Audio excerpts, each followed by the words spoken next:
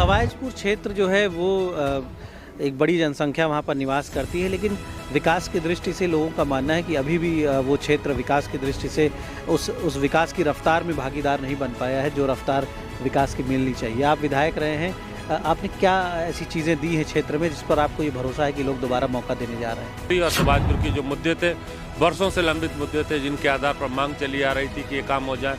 वो अर्जुनपुर का पुल का था, नहरों में 40 सालों से पानी नहीं आ रहा था, अस्पतालों की समस्या थी, स्कूलों की समस्या थी, सड़कें नहीं थी, बिजली नहीं थी। तो वो सारे काम सरकार ने किए हैं और वो बहुत बेहतर तरीके से काम है। पूरे जनमानस उससे खुश है और जनता जय जयकार कर रही माननीय योगी आदित्यनाथ जी की और भाजपा की सरकार की।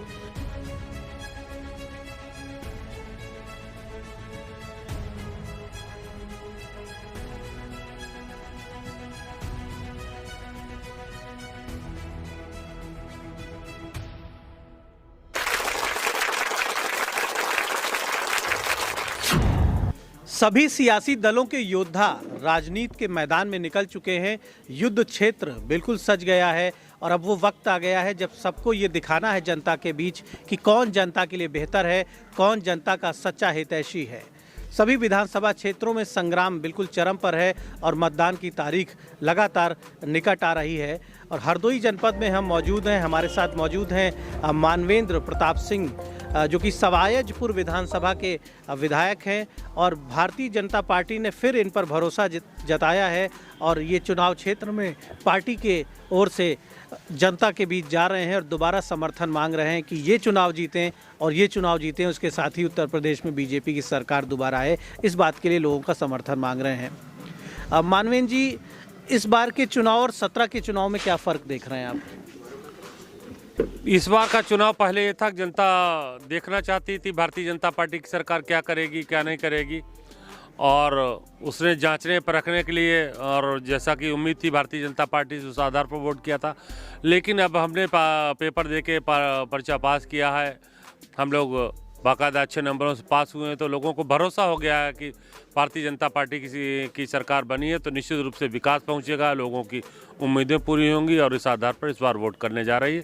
जो सुशासन है, विकास है, लोगों तक पहुंच रही हैं व्यवस्थाएं, तो उसके आधार पर इस बार वोट हो रहा और इससे हम लोगों को और मजबूती मिल रही है। समाजवादी पार्टी का काफ़ी कॉन्फिडेंस हाई दिख रहा है इस बार। अखिलेश यादव लगातार कह रहे हैं कि पूर्ण बहुमत की उनकी सरकार आ रही है, 300 से अधिक सीटें पा रहे हैं। कई बार तो वो ये भी कह देते हैं कि 400 से अधिक सीटें पा रहे हैं। समाजवादी पार्टी से आज उनके परिवार के लोग अलग हो रहे हैं, उनकी स्वयं की भाई की पत्नी उनसे अलग हुई हैं, उनके रिश्तेदार अलग हुए हैं और जिस प्रकार वो समझौता करते जा रहे हैं, छोटी छोटी पार्टियों को इतनी ज़्यादा सीटें दी हैं, ये कहीं साबित नहीं करता कि उनके अंदर कॉन्फिडेंस है।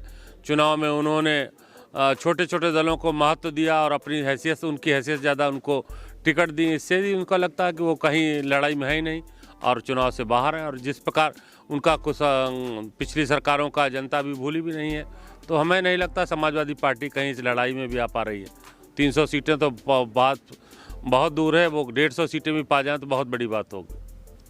अच्छा, बीजेपी के बारे में कहा जा रहा है कि इस बार पहले ये चर्चा थी कि बहुत सारे सिटिंग एमएलएज का टिकट कटेगा, लेकिन स्वामी प्रसाद मौर्य के जाने के बाद पार्टी दबाव में आ गई और बहुत सारी ऐसी सीटें जहां पर रिपोर्ट्स भी थी पार्टी के पास कि परफॉर्मेंस अच्छी नहीं है, नाराज़गी है, टिकट चेंज होना चाहिए, प्रेशर में पार्टी ने टिकट रिपीट किया है और इसकी वजह से कुछ नुकसान हो सकता है। आपका क्या आकलन है, क्या सच्चाई है इस चर्चा के पीछे?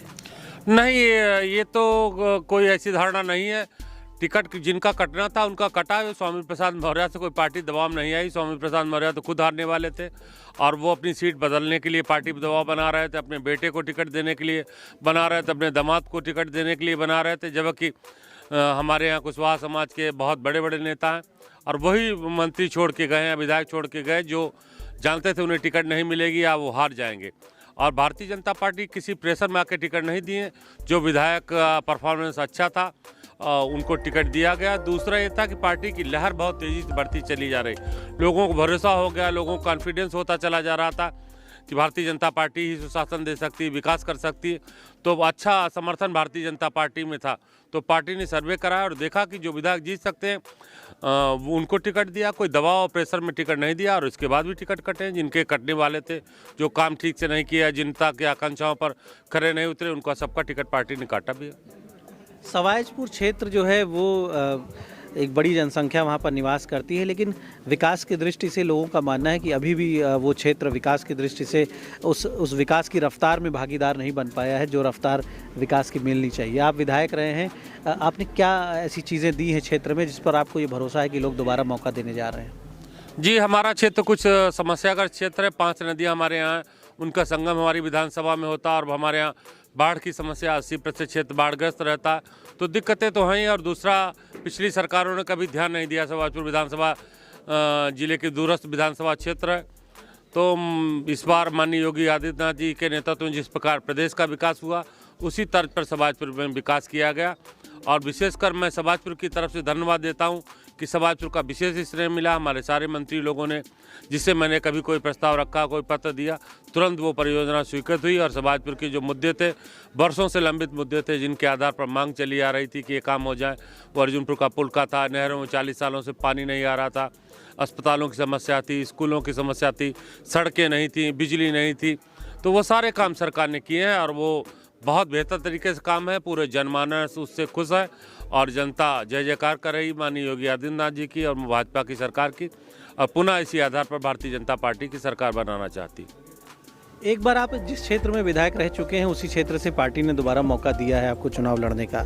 इस बार आप क्या चीज़ें वहाँ पर देना चाहते हैं, किस तरह से उस क्षेत्र को संवारना चाहते हैं, लोगों में खुशहाली आप लाना चाहते हैं? तो लोगों को ये भी बताएं कि लोग जाने कि इस बार जब आपको मौका देगी जनता, तो क्या विशेष वहाँ पर जनता को उसका पुरस्कार मिलेगा?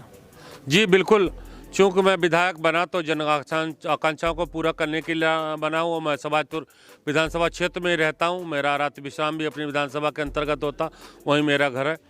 और जो लोग हैं समस्याग्रस्त क्षेत्र हैं, समस्याग्रस्त लोग, उनकी प्रतिदिन बात सुनकर निराकरण कराता हूँ। और मैंने अपना लक्ष्य रखा था, जो मुद्दे पिछली बार लेकर के आए थे, उनके लिए बार बार ये मांग होती, कोई विधायक बन जाएगा तो कभी नहीं हारेगा। 40 साल 50 साल के मुद्दे थे, वो सारे मैंने हल कर दिए इसी 5 साल के कार्यकाल में, जबकि पूरा मौका नहीं था, कोरोना जैसी महामारी थी, लेकिन फिर भी सरकार का बहुत आभारी हूँ कि उन्होंने सारे हमारे काम किए। और इस बार मैं शुरू से लक्ष्य लेकर के चल रहा हूँ। एक तो हमें बिजली की थोड़ी सी दिक्कत रह गई, 4-5 नए पावर हाउस बना करके पूरी विधानसभा में बिजली की समस्या को हल कराना। बड़ी लाइनें हैं, जर्जर लाइनें, चूँकि हमारा विधानसभा क्षेत्र देहाती क्षेत्र ज़्यादा है, एक छोटी सा कस्बा है करीब 15-16 हज़ार वोटर का, और बाकी सब देहाती क्षेत्र, गांव क्षेत्र है, तो वहां तक लाइनें जाने में दिक्कत होती, तो बिजली की समस्या को हल करना। दूसरी, हमारे यहाँ पेयजल की दिक्कत हो जाती है, जब बरसात बाढ़ आती है तो पीने के नाले सब डूब जाते हैं, तो पेयजल की समस्या, पानी की टंकी बनवा कर पेयजल का हल करना है। दूसरा, हमारे यहाँ शिक्षा का बड़ा कोई केंद्र मैं खुलवाना चाहता था, डिग्री कॉलेज या पॉलिटेक्निक इस तरीके का कोई, वो नहीं खुलवा पाया हूँ, तो उच्च शिक्षा का कोई केंद्र खुलवाना चाहता हूँ।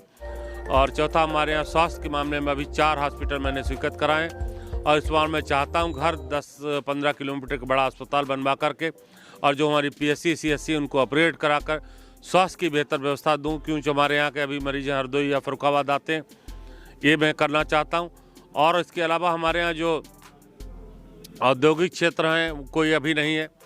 जनपद में एक औद्योगिक क्षेत्र संडीला में, तो हमारे यहाँ से बिल्कुल अपोजिट पड़ता है, लखनऊ के पास पड़ता, तो गंगा एक्सप्रेस वे हमारी विधानसभा से निकल रहा है, तो मैं चाह रहा हूँ कि गंगा एक्सप्रेस के किनारे कोई एक बड़ा औद्योगिक क्षेत्र डेवलप कराऊँ, जिससे कि हमारे यहाँ उद्योग लगें और हमारे क्षेत्र के तमाम नौजवान नौकरी करने के लिए प्राइवेट संस्थानों में दिल्ली, पंजाब और गुजरात जाते हैं, वो यहीं नौकरी पाएँ और यहीं उनको रोजगार मिले और क्षेत्र का उससे विकास हो। ये हमारे लक्ष्य हैं, इनको मैं आगे पूरा कराना चाहता हूँ।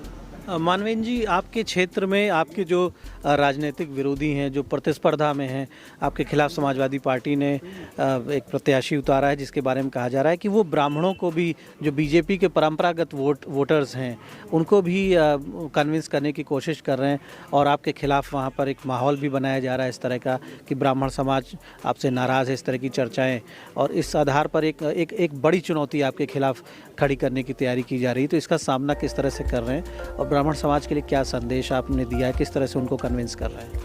नहीं, कोई चुनौती नहीं चुनाव में हमारे यहाँ, तो पूरे प्रदेश में मैं समझता हूँ भाजपा की लहर चल रही है। हरदोई जनपद की 8 सीटें हम लोग जीतने जा रहे हैं। उसी क्रम में सुभाषपुर विधानसभा, जो पिछली बार हमको वोट 93,000 मिला था, उससे लगभग 1.5 गुना वोट मुझे ज़्यादा मिले हुआ, और इस बार हमारी संख्या 1.5 लाख के आसपास पहुँचने वाली है। और ब्राह्मण समाज का समर्थन में तब रहा जब ब्राह्मण समाज के बड़े बड़े नेता हमारी विधानसभा से लड़े, तो भी मुझे 40% वोट मिला। और ब्राह्मण समाज का मतदाता जो है परंपरागत रूप से भाजपा से जुड़ा रहा है, भाजपा का समर्थक रहा। वो भी राष्ट्रवादी व्यक्ति, वो चाहता है ये देश आगे बढ़े, प्रदेश आगे बढ़े, इसलिए ब्राह्मण समाज पूरी तरीके से भारतीय जनता पार्टी के साथ है और स्वयं मेरे साथ है। मैं सदैव ब्राह्मणों का सम्मान करता हूँ। कुछ विरोधी लोग 2-4% विरोधी हो सकते हैं, विरोधियों को काम है अफवाहें उड़ाना, लेकिन यथार्थ ये है कि हमारे विधानसभा का 90% ब्राह्मण समाज का मतदाता हमारे साथ है। तो मानवेंद्र जी ऊंचे मनोबल के साथ चुनाव लड़ रहे हैं और ये इन्हें भरोसा है कि जनता का जो मतदाताओं का जो बड़ा हिस्सा है वो इनके साथ है, सभी वर्ग इनके साथ हैं और समाजवादी पार्टी की चुनौती को ये कोई बड़ी चुनौती नहीं मान रहे हैं। इनका ये मानना है कि जो क्षेत्र में काम किया है उसके दम पर लोग इनके साथ हैं और दोबारा क्षेत्र को और अधिक विकसित करने के लिए एक विज़न भी है इनके पास। स्वास्थ्य के क्षेत्र में, शिक्षा के क्षेत्र में काम करना चाहते हैं। तो हरदोई की जनता के लिए, सवायजपुर की जनता के लिए और सभी विधानसभा क्षेत्रों में जनता के लिए आवश्यक है कि अपने प्रत्याशियों को देखें, समझें, उनके बारे में जानकारी करें, उनके दावों को, उनके वादों को भी आप परखें और देश के हित में मतदान करने ज़रूर जाएं, बढ़ चढ़कर वोट डालें। उत्तर प्रदेश और देश की तरक्की के लिए वोट करें। धन्यवाद।